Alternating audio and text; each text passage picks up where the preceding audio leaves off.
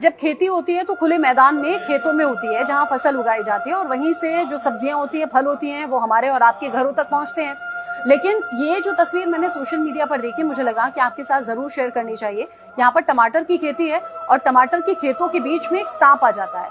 सांप जिस तरीके से टमाटर को ग्रिप कर रहा है अपने मुंह में और जिस तरीके से अपने जबड़े में उसने टमाटर को फंसाया हुआ है और अपना जहर छोड़ रहा है, ये तस्वीरें देखकर ही डर लग गया। कई बार हम सब्जी लेने जाते हैं, सब्जी में छेद होते हैं, यानी टमाटर में भी कई बार छेद या बाकी सब्जियों में, तो हम अवॉइड कर देते हैं। लेकिन ये कितना जहरीला हो सकता है, ये इस तस्वीर को देखकर मैं समझ गई और मुझे लगा कि आप में से किसी की जिंदगी भी रिस्क में नहीं रहनी चाहिए। ये तस्वीर मैंने शेयर की। अगली बार टमाटर खरीदने या बाकी सब्जी खरीदने जाएं तो वो सब्जी बिल्कुल ना लें जिनमें कहीं भी कोई छेद हो सकता है कि वो इस तरह जहरीली हो जैसे ये टमाटर हो गया है।